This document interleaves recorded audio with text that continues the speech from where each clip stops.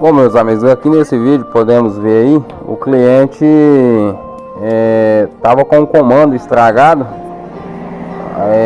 A gente fizemos a retirada aí das mangueiras, né? E colocamos no comando da grade para erguer e baixar a lâmina.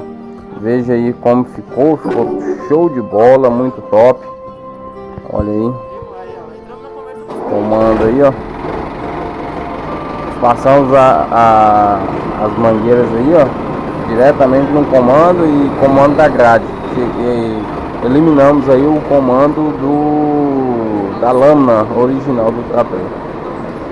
Show de bola, meus amigos. É isso aí, MCS Serviço de Manutenção aí pra vocês.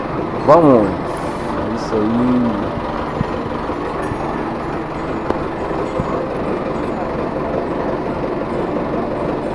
Legal, hein?